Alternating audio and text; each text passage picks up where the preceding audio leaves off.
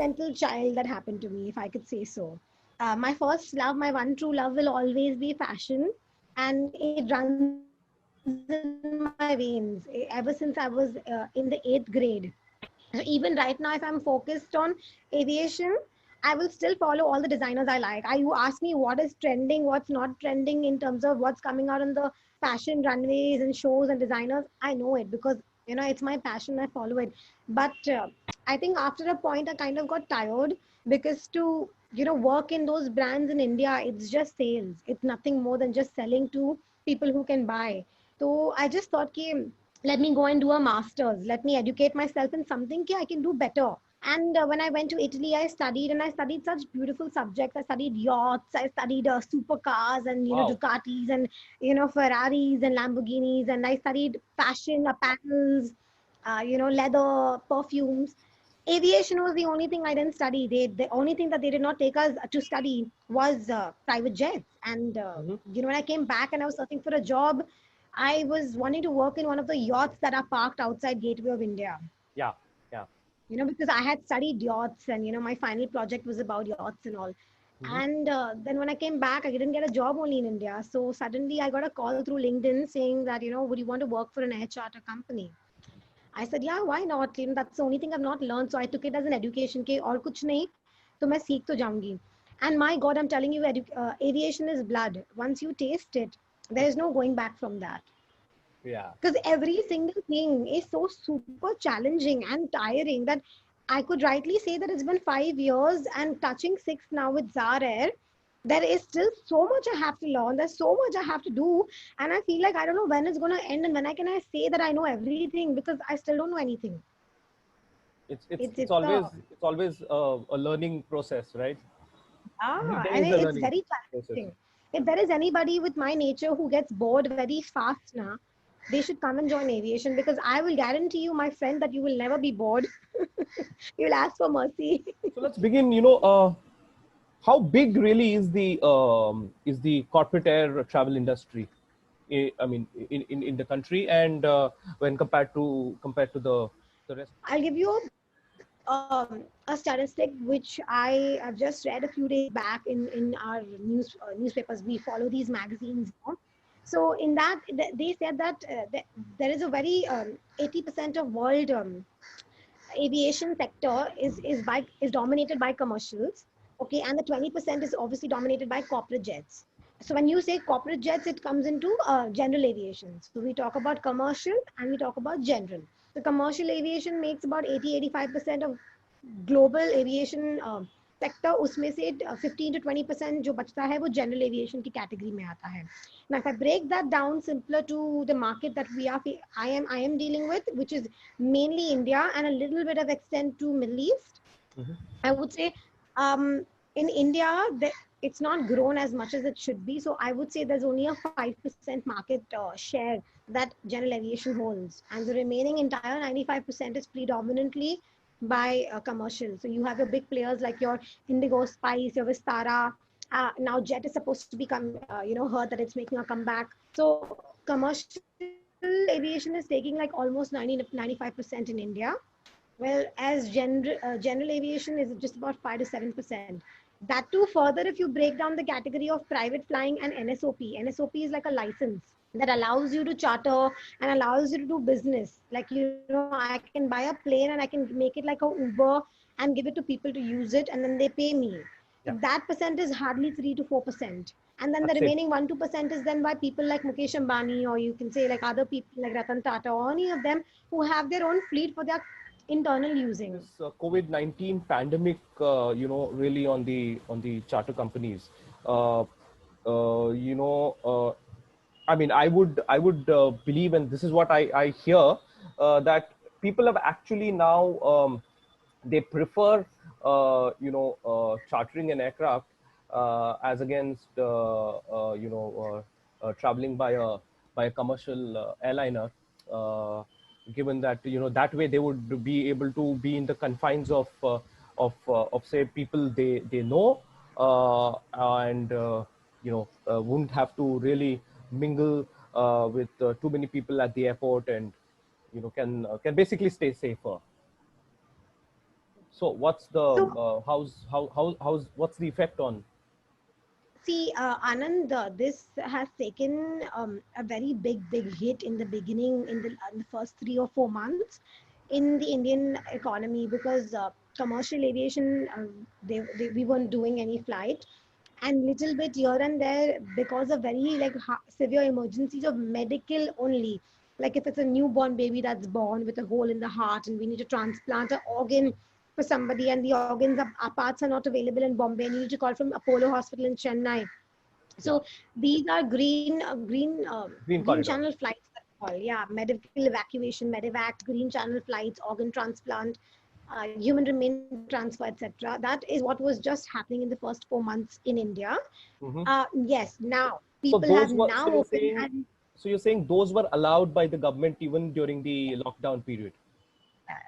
I think that was as long as it very was important, COVID right? free, and as long as it was a genuine medical emergency backed by genuine hospitals and genuine certifications and ambulances and everything, you could not even fake your way through, because the government was watching every movement like a hawk. Correct. So you couldn't fake anything, or you couldn't show any wrong papers. People were stuck. They were stuck. The government didn't care, and they rightly so. It was the right thing to do, to be where you are rather than traveling at that time. Yeah, yeah. So that was what was happening. But now things have changed. People are flying left, right, center, because, and they're flying first of all only if they genuinely really have to, and they cannot stop. Like if there's something that needs them to be there, then they're doing it. Hmm. Otherwise, a lot of people have got very accustomed to doing Zoom calls, Zoom meetings, work from home, that kind of stuff. And only Even if it's your very necessary, clientele, they're. because I would. My clientele, I don't really need to call them and be on them with Zoom, because see, my if my client genuinely needs to go somewhere, that is when they'll call me. Now, Yeah, how they are functioning in the office, whether they are doing Zoom calls and all, it's not my concern anyway. right. No, I Like if they're actually calling me meant, and they're inquiring, then I know they want to go somewhere, matlab genuine hoega, because they are the ones who are scared mostly. yeah. No, I actually meant your, you have this entire, tailor-made package for Bollywood, for instance. And Bollywood, as we know, has started, they're back to shooting, and, they're back to even shooting at destinations, and Right. not just confined to the studios now. So they would be back to flying, right? Yeah. So again, a lot of things are happening in a manner that only because India may, we're ranking almost second, and we're shuffling between Brazil and Russia with our COVID cases. So a lot of countries are not opening up their borders to people flying from India to another country. So Hmm. people are trying to charter big charters, like all celebs and all, taking like 8-10 people together, and then 8-10 important crews together, location somewhere in India, maybe like a Kodaikanal or a Masuri or a Ooty or a Shimla or something, where the cases are lesser, Hmm. and they can shoot something with beautiful scenic views and come back again. We don't really have any package per se for them, because whatever charter rates apply. Hmm. It's just that they are planning their shoots in a manner where they will only travel if they really have to. A lot of the, like booking, letting everybody there, putting up strict borders where that crew is not leaving the sets. Whatever entertainment they want, food, dinner, even drinks, everything is given to them in that campus, and they're all locked there till the shoot gets over, and then they come back again. So people are being very conscious, and they're trying not to go outside of India at the moment, because of the sky is not accepting people. Even if Yeah. you have a COVID test, now a few places like Dubai is accepting. But Italy, Spain, Sri Lanka, so many other countries, you have legit reason to enter their country, show your tests you've not done, and stuff like that. Because people are even cheating their way through COVID now. They are taking those to go back, and then charters were getting cancelled because they were lying, and they were obviously with COVID, but they were having antibacterial medicines to suppress it, and eventually the fever was breaking through, and then my charters were getting cancelled. So we've had a up and down in both scenarios. Okay. Okay. So, but currently you see the situation improving, and uh, right. That's what you say. What are the Yeah, it is. trends? But What are the trends that you see now with COVID here for a while, and with the government now pushing to reopen. the economy, and hopefully, even international Will open soon, yeah, will open by November end. right. So, Aditya, I feel like the government is now accepting the fact that now the virus has mutated quite a bit. It's not as strong and potent like it was before. Mhm. People are very scared and were not able to handle the pressure and the dealings with COVID-19, which people are now fairly okay with. The paranoia that was there in the starting 6 months is not there anymore. People are being responsible, and they are now, everybody, I think, in the last 6 months, even from rural places, is very well educated now. So Yeah. the government, however, has imposed certain mandatory things to do. Like, in airlines, I'll tell you, I've been doing podcasts with different cabin crews and pilots to understand uh, what are the changes happening, because I am not flying, but they are, so they can give me a heads up so I can pass it on to my audience. They are saying that, certain, everything has become very touch free. Like, no, Yeah. there's a social distancing to be maintained. And if you're sitting in the center, you have to wear a full PPE kit and sit. Yes. And if you're sitting in the center seat, it's obviously cheaper, but it's on your own risk. Correct. uh, where nobody is allowed to carry any carry-on baggages that you used to carry and put in overhead cabin compartments. You have to check in all your luggages. No one is standing in the queue to print out your boarding passes. You have to print out your boarding passes yourself. You have Yeah. to have a mask and a face shield on, compulsory. You have to have gloves on, compulsory. Every time anyone takes off, lands and all, everything is completely sanitized.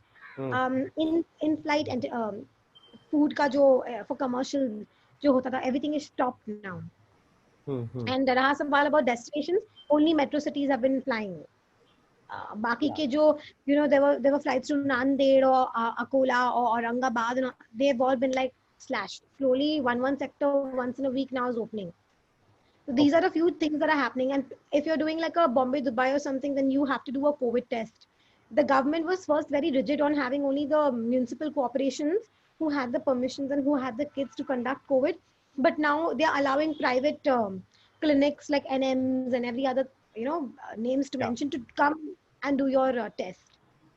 Yeah. So that's one thing that has made life a little bit more easy, because agar, um, my clients are not comfortable with BMC officers coming, because they've been going to everybody's place, including, like, some areas that maybe not comfortable with my clients because they are such super elite clients. Then Yeah. they are okay with calling somebody from their private blood testing or pathological lab or something to do their test.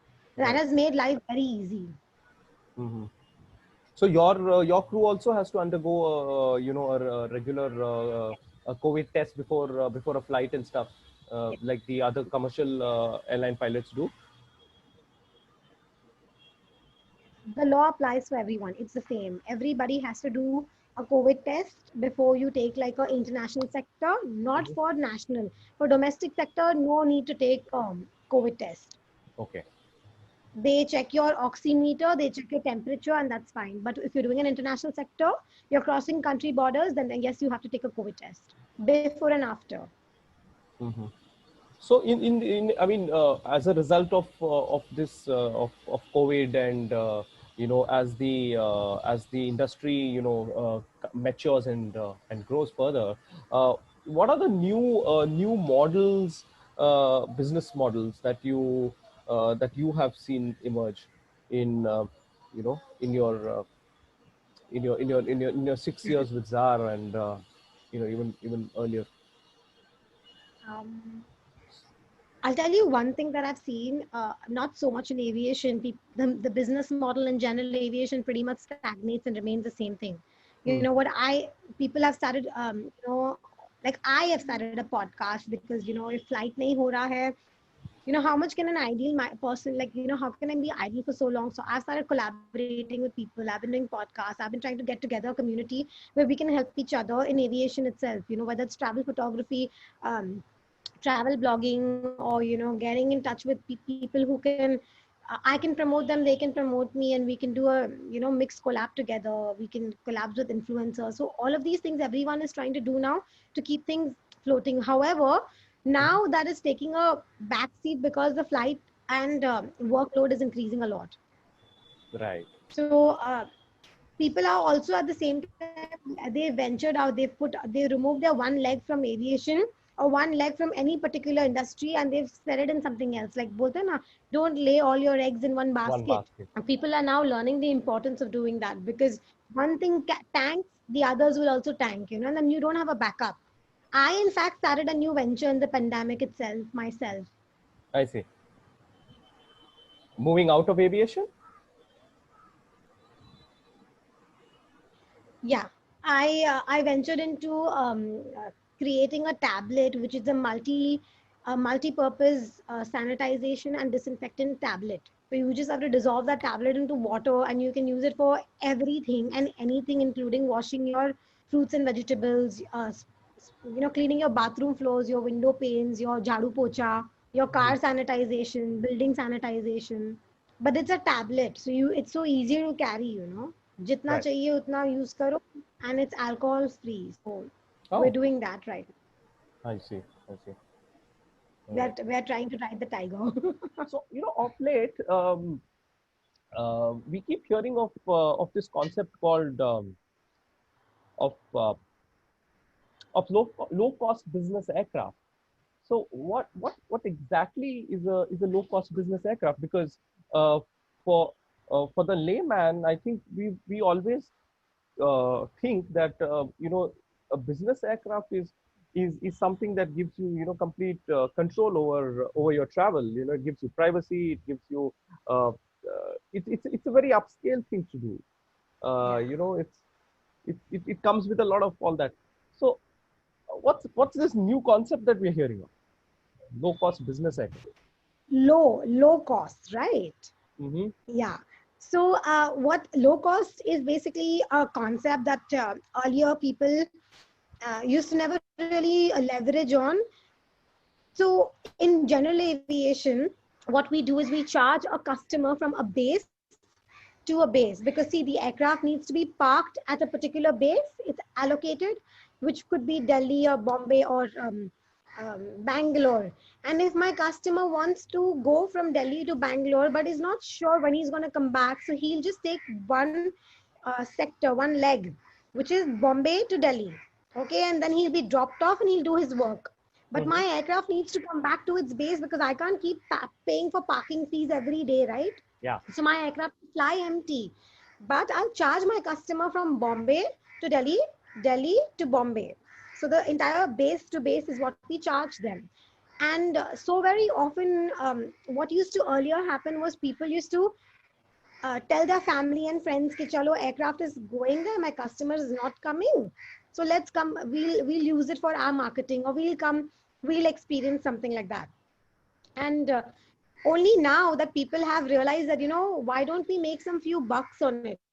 So it turns out to be economical for other people and other clients. So for example, if my client is saying, Nuzhat, drop me to Delhi, and that's it.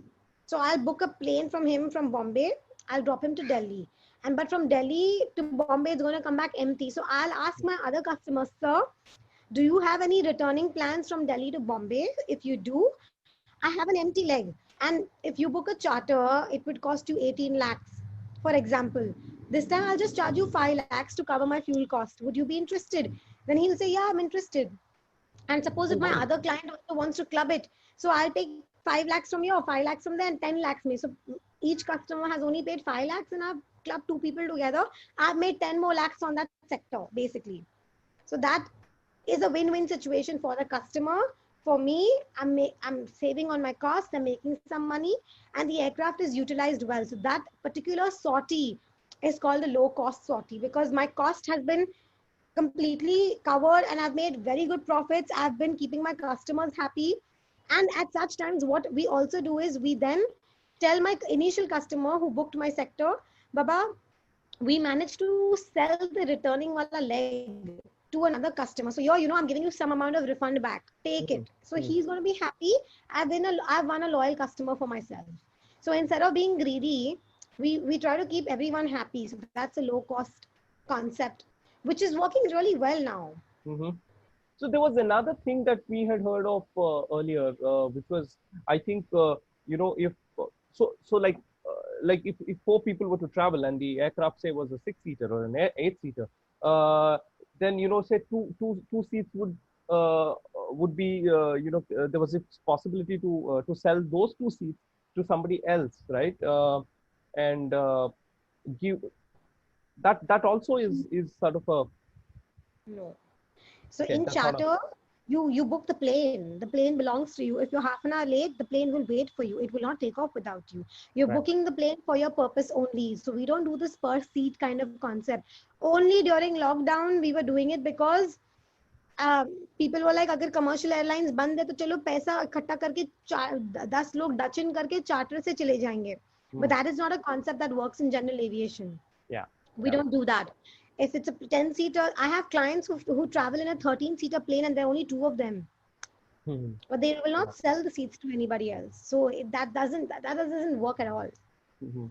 The other thing that, during the discussion you mentioned about, flying to an airport like say Mumbai, where forever we've been hearing of problems with parking. And I know many operators who in fact keep their aircraft outside of cities like Mumbai, simply because one, the number of overnight parking slots, or the hangars aren't there. The hangars are all being long taken, right? Yeah. And the number of slots that are available are, one, limited, and two, very exorbitant if you want to take them on. So is this, is what I said completely correct, or Yes, how is yes, it? it's completely correct. So Mm-hmm. there is a reason for why this is a problem. Um, Bombay Airport, Mumbai Airport, okay, specifically, Yeah. is an airport which is right in the heart of the city, which is in the city center, which is Andheri. Okay. Right. Back in the day, Andheri and onwards wasn't really developed when the airport was made. True. But now, with everything coming around it, Andheri has become like the epicenter of Mumbai, and it is rightly located right there. So we have cargo movements from there. We have international movements from there. We have domestic sectors from there. India is a huge country, so we have a lot of sectors domestically also. Plus, there's private flying happening as well. And only we just have two runways, out of which only and they're not even like parallel runways; they're cross runways. So Yeah. at one given time, there's only one runway that's going to be used. So there's so much happening. Usme, if you allow a lot of, and you encourage a lot of parking and everything, then the traffic is just going to increase fourfolds. And the airport is not equipped with that kind of stuff. So hopefully the government is now looking at making a new airport at Navi Mumbai, trying to shift out the entire cargo over there, the cargo traffic over there, so that we can have enough traffic, enough hangars, enough parking space, and extend and extensively use the Mumbai airport. Because there's only, this is like, imagine this is one airport. Here's your international entrance. Here's your domestic entrance. And इनके पीछे इस side पे कलीना में इस private airport का entrance in Bombay. So it's अलग entrances है, but runway तो एक ही है, एयरपोर्ट तो एक ही है ना. The infrastructure has to be shared, and Has that to is, be, yeah, and it's overpopulated, it's overcrowded, and that is why now, for example, people who buy private jets, they are not some normal people, right? They have all the connects possible with people who own the airports, people who manage the airports, people who are working in government officials and all of that. It's not a joke to buy a 300-400 crore ka inventory like that, So you yeah. have to be somebody who has connections, but still you don't get parking in Bombay. Yeah. And the slots are high. So abhi slots are high, तो जिसको overnight रखना है वो करे, parking penalty भरे वो भरे. वो depend करता है one-off services पे. But for an everyday to base it out, it is just not feasible at all. Anything you'll earn now will eat into your margins. Hmm. So, Nusrat, is the Indian charter market, growing and growing to your liking? Yes. What's how is the growth been, for the sector? The government is encouraging it. Like the government wants people to, invest a lot into aviation sector, especially into the NSOP department, where the laws are more tighter and more stringent and more strict, but also it generates a lot of revenue for the country. So they came up with this rule that, every NSOP license will be only allocated to people who have more than one inventory. So then that encouraged people to buy like more planes and stuff like that, have more staff, because Again, employment, again, growth. If your policy is to have 3 planes, you'll at least have 6 set of crews. Yeah. Example, Yeah. each plane पे अगर 2 set of crews होता तो 12 set of crews तो वहीं हो गए. जी. इतने सारे engineers होंगे, technical department होगा, spare part का import होगा. So every single business that the government plans and encourages now, they help in enhancing revenue. So government wants aviation in India to grow, especially the general aviation, considering how huge the country is, how potential the market is, and how untapped territory it is.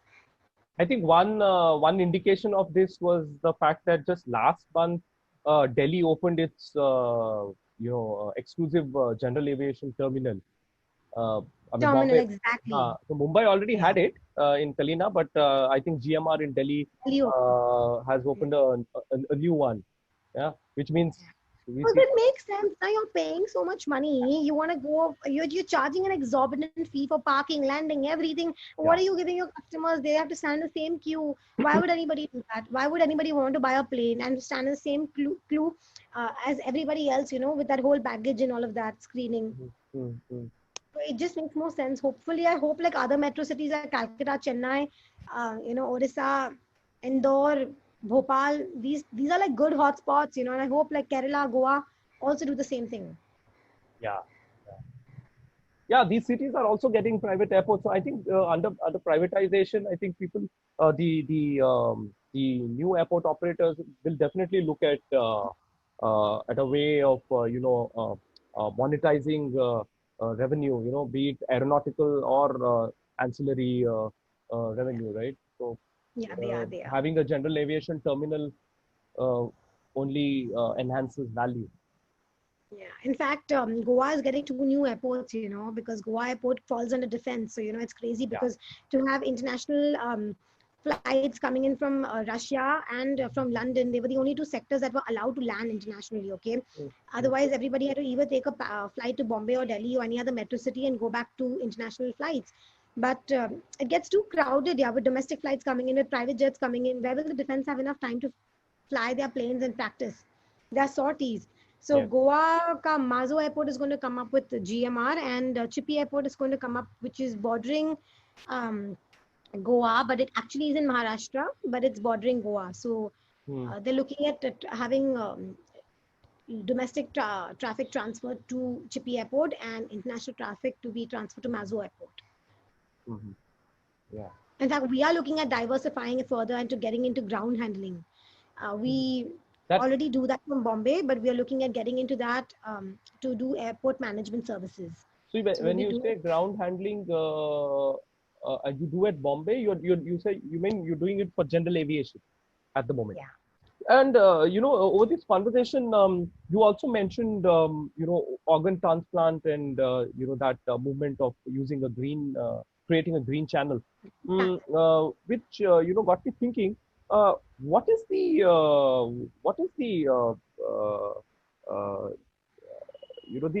how is the business of this air ambulance services in the country, dedicated medvac, like you called it, which is hugely popular internationally, and how, I mean, are there is there scope for dedicated players, or is it still going to be like a you convert and you create for your customer? No, so there is a dedicated aircraft that type of an aircraft, I would say, that DGCA does approve to do medical evacuation services on, and they need to be okay. I'll tell you about how this entire thing works. One, you need to have a plane that has been certified by the DGCA or your government to allow to be doing medical evacuation services. Only the ones that are certified can fly. That's one thing. Second thing, I personally also have invested with a family friend who already owns a plane, that I will be taking care of the entire medical requirements with me, because I have a doctor on board. I'm well connected with all the hospitals here, and whenever there's an inquiry of a patient to be shifted or something like that, we will take the entire responsibility from arranging the ground ambulance to further putting the person into the plane, dropping them to the hospital, and so on and so forth. At times like this, the government supports us and cooperates with us completely. No matter how busy your sky is, your government gives you the priority landing.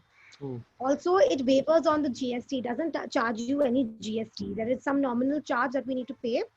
We pay that to the government, but they support us. So our entire 25 to 30 minutes का hovering जो normally होता है in metro cities like Bangalore, Bombay, Delhi, वो हमारा cut जाता है. So our fuel, money and everything, it turns out to be economical for us. Fabulous, Nusrat. That was excellent. It was a pleasure having you with us today.